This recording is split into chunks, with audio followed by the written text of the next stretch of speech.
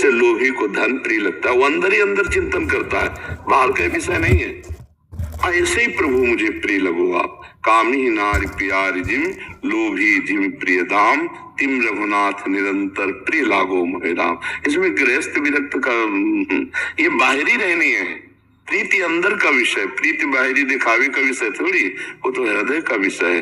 वो कहीं भी किसी के भी हृदय में जागृत हो सकता है। जो निरंतर नाम जप करता है, भगवान के सिवा किसी से अपना संबंध नहीं रखता, उसको कैसे जिया जाएगा?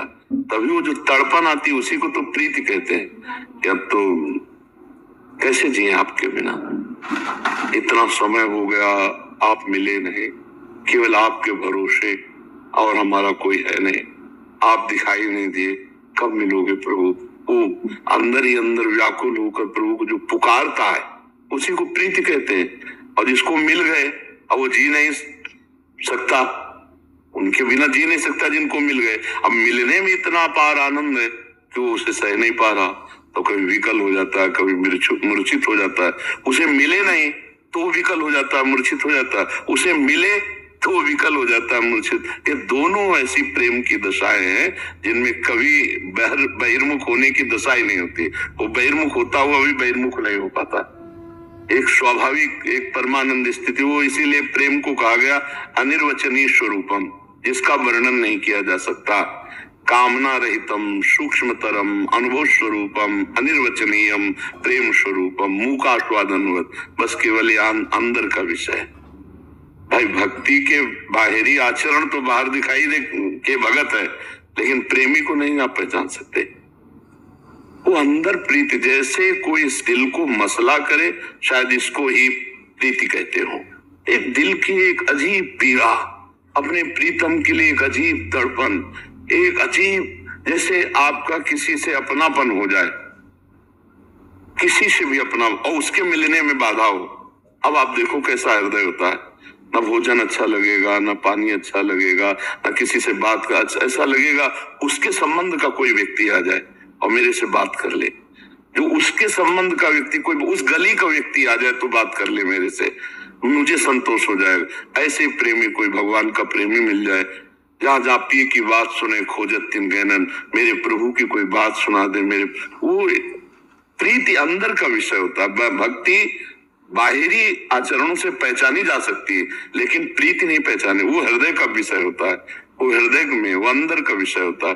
पैंट शर्ट में भी भगवत प्रेमी हो सकता है और भगवत वेश में भी पाखंड हो सकता है। तो ये प्रेम हृदय, इसमें गृहस्थ विरक्त, इसमें ये सब वो हृदय का विषय। फावड़ा चला रहा है, भगवान का नाम जप कर रहा है, वो भगवान के लिए प्रत्येक कार्य कर रहा है, उसकी स्मृति में भगवान, वो महापुरुष है। संसार का चिंतन कर रहा है, संसार के रुपया पैसा मान प्रतिष्ठा का, कोई भी वो सब पाखंड है। प्रीति एक अंदर का विषय है। प्रीति बहुत गुप्त विषय प्रीति है, और बहुत सामर्थ्य इस प्रीति में है। जिसके अंदर प्रेम आ गया तो देखो भगवान रथ हाँक रहे हैं, भगवान चरण छाप रहे हैं, भगवान सेवकाई कर रहे हैं। कहाँ इतने बड़े भगवान, और कहाँ जहाँ अर्जुन के जूते वहां भगवान बैठे। प्रेम का एक खेल है। भगवान माधवदास बाबा की लंगूटी धो रहे हैं, कहाँ भगवान? हम लोग कहाँ अधम जीव, कहाँ इतने बड़े आकाश पृथ्वी पाताल सब अनंत ब्रह्मांडों को रचने वाले, और भक्तों के दास बन जाते हैं।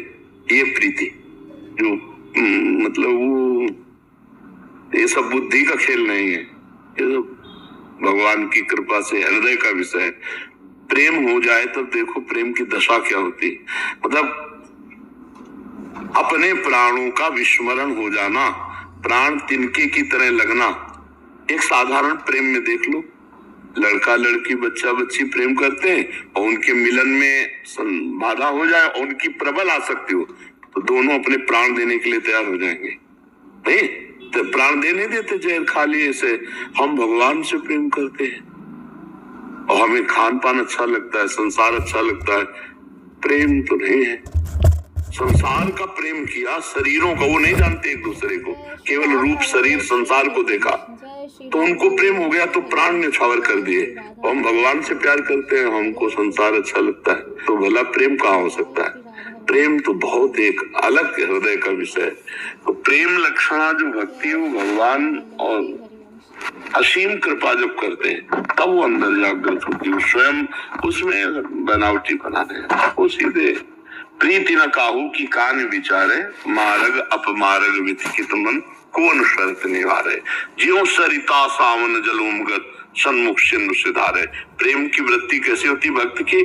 जैसे यमुना जी बाढ़ में आई तो कोई रोक ले, सावन में जैसे बढ़ती ना, अब वो जा रहे समुद्र की तरफ सब चीरते हुए, ऐसे उस उपासक का हृदय किसी भी बंधन को स्वीकार नहीं करता, किसी भी भोग को स्वीकार नहीं करता।